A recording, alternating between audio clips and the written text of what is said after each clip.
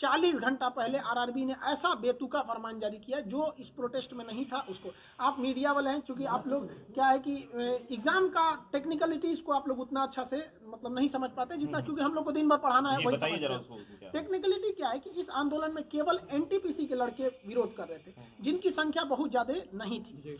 तो यहाँ एक तो वो छोटा सा समूह था और लड़के इंतजार कर रहे थे कि हमारे लिए कुछ गवर्नमेंट या आरआरबी अच्छा सोचेगी, लेकिन आरआरबी ने उनको तो सोचा ही नहीं, बल्कि जो 1.5 करोड़ लड़के ग्रुप डी वाले थे इनको कह दिया कि आपको डबल एग्जाम लेंगे, जिस वजह से वो 1.5 करोड़ लड़के अचानक बाहर निकल गए। तो हम लोग को पता ही नहीं था, हम लोग को लगा ये तो घर में है सब निकला, तो हम लोग को लगा कि ये क्या कर रहे हैं सब। तो हम लोग को समझाते समझाते यहाँ तक फिर भी पटना में कंट्रोल किया गया। हम लोग पहले दिन से राजेंद्र नगर टर्मिनल पे जब प्रदर्शन हुआ वहां पर थे, वहां प्रदर्शन बिल्कुल शांत था और इसके बाद पुलिस ने आंसू गैस के गोले उस दिन दागे और कल जो प्रदर्शन था वो उग्र रूप ले लिया। कहीं ना कहीं आपको लगता है कि प्रदर्शन जो हुआ वो उग्र रूप इसलिए हुआ क्योंकि प्रशासन ने आंसू गैस के गोले और इसके बाद लाठीचार्ज वगैरह बच्चों पे किया? देखो आपको जानकारी के लिए बता देते हैं कि जो प्रदर्शन उग्र होने का मुख्य कारण यह था कि शुरुआत में जो प्रदर्शन था केवल एनटीपीसी वालों का था, जिनकी संख्या कम थी, लेकिन 4 बजे जैसे 3 से 4 के बीच में रेलवे आरआरबी ने नोटिफिकेशन डाला 1.5 करोड़ लड़कों के लिए, तो वो अचानक हुजूम आ गया,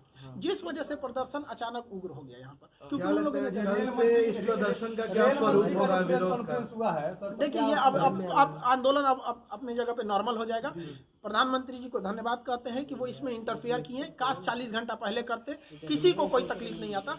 इतने लड़के सड़क पर हैं, वो पढ़े लिखे हैं। आप लोग भी अपने समय पे, आप लोग को ही पता है कि वो कोई ऐसा भीड़ नहीं है जिनको कोई बहका के ला सकता है, वो पढ़े लिखे लड़के हैं। आरआरबी की सबसे बड़ी गलती क्या है, वो स्टूडेंट फ्रेंडली नहीं है। आरआरबी का कहना है कि हमारा एग्जाम लेट इसलिए हुआ कि हमें कोई एजेंसी नहीं मिला। आप लोग हमसे सवाल पूछने आए हैं, क्या इस तरह से आरआरबी ने कभी बुला के बोला? नहीं बोला, इनकी गलती है। तो स्पष्ट बोलना चाहिए कि हमें एजेंसी नहीं मिल रही है, क्योंकि दुनिया का सबसे बड़ा एग्जाम है, आप 6 महीना इंतजार कर लीजिए। जो गरीब बच्चा है वो 6 महीना कुछ काम कर लेता, वो बेचारा पटना में मर रहा है कि हमारा एग्जाम कल होगा कि 2 साल बाद होगा कि इस जन्म में होगा कि नहीं, इसलिए तो उसको बस आप जो काम कीजिए बता के कीजिए, बस यही कहना है। हाँ, रेलवे बोर्ड के पास हम 5 बजे मीटिंग है हमारी, जैसा होगा हम आपको बताएंगे। अभी रेलवे बोर्ड के पास मीटिंग है, वो कितना लंबा मीटिंग जाता है किसी को नहीं पता। पिछली मीटिंग 5 बजे से 8:30 बजे तक चली। कहीं ना कहीं लीडरशिप की कमी थी इस प्रदर्शन में और आपको मुख्य लीडर के रूप में इसमें माना जा रहा है। ये लीडरशिप की कमी ही इस आंदोलन की सबसे बड़ी रीढ़ थी, क्योंकि जब लीडर को आप बनाते हैं तो लीडर गायब आंदोलन खत्म, ये होता है। लेकिन सुनिए बात समझिए, इसमें कोई लीडर ही नहीं था, तो एक ही रास्ता था कि लड़कों की मांग लीजिए, क्योंकि उसका कोई लीडर ही नहीं, बात किससे करिएगा। ये हम बोले तो अलग बात है, पटना के डीएम साहब ने खुद बोला कि लीडरलेस आंदोलन है। आप उनका बाइट देखे होंगे, उन्होंने खुद बोला था। वो इतने सुलझे हुए इंसान है, वो कभी इस तरह का स्टेटमेंट दे रहे हैं तो मतलब ग्राउंड रियलिटी है।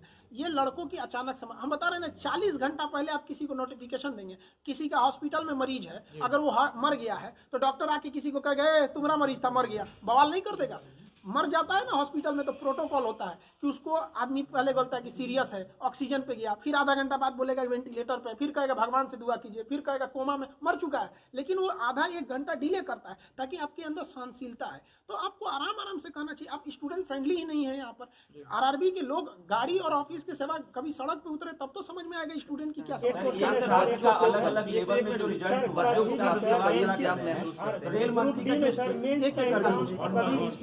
नहीं हुआ। आपका कहना एक बिल्कुल सही है, इसीलिए लड़के आए हैं। देखिए, आप एग्जाम लीजिए, 2 की जगह 5 लीजिए, लेकिन जब आप नोटिफिकेशन निकाले थे उसी वक्त आपको कहना चाहिए, मान के चलते हैं कि आरआरबी को भी नहीं पता था कि 2 करोड़ फॉर्म आ जाएंगे, तो आरआरबी को भी कहना चाहिए कि देखिए हमें आइडिया नहीं था, इसलिए अब मजबूरी में हमें 2 फेज का एग्जाम लेना पड़ेगा, हम आपको 6 महीना टाइम देते हैं, आप 20 दिन टाइम देके कहिएगा, ये गलत है।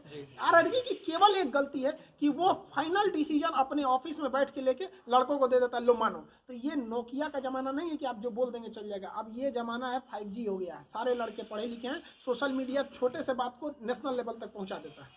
एक छात्र का सर 5 लेवल में 4 लेवल में हो जाना, उस पर आप लोग सवाल खड़ा कर रहे हैं। रेल मंत्री ने इस पे स्टेटमेंट दिया है, इसको कैसे देखते हैं? देखिए, रेल मंत्री को गलत जानकारी दी गई है, तो कहा जाता है ना दही के गवाही चिवरा, तो आरआरबी ने ही गलती किया है और रेल मंत्री आरआरबी से ही पूछ रहे हैं, इस वजह से ये सारी समस्याएं आई हुई हैं। तो आप लोग इस समस्या को समझिए, रेल मंत्री के पास जानकारी जो है वो गलत है। एक्चुअली क्या है कि एक लड़के को 4 बार काउंट किया गया है और रेल मंत्री से कहा जा रहा है कि देखिए हमने तो 20 गुना दिया ही दिया है, तो एक लड़के को आप 4 गुना करेंगे तो गड़बड़ होगा। हमारा या रेल, देखिए हमारा क्या मांगे, हमको कोई नौकरी तो करना नहीं है। कहना सीधी सी बात यही है कि एक लड़के को आप 4 जगह क्वालिफाई कराना है तो करा दीजिए, बट है कि उसको काउंट एक जगह कीजिए, आप उसको 4 लेवल में क्वालिफाई कराइए, कोई दिक्कत नहीं। कहना कि कोर्ट का मामला है, अगर ऐसा कुछ होता है तो। कोर्ट का मामला कैसे हो जाएगा? आपने अचानक 20 दिन पहले अगर आप CBT 2 एग्जाम घुसेड़ सकते हैं तो ये कोर्ट का मामला नहीं होगा, और आप उसको 20 गुना जो आप पहले बोल चुके हैं उसको 20 गुना दे देंगे तो कोर्ट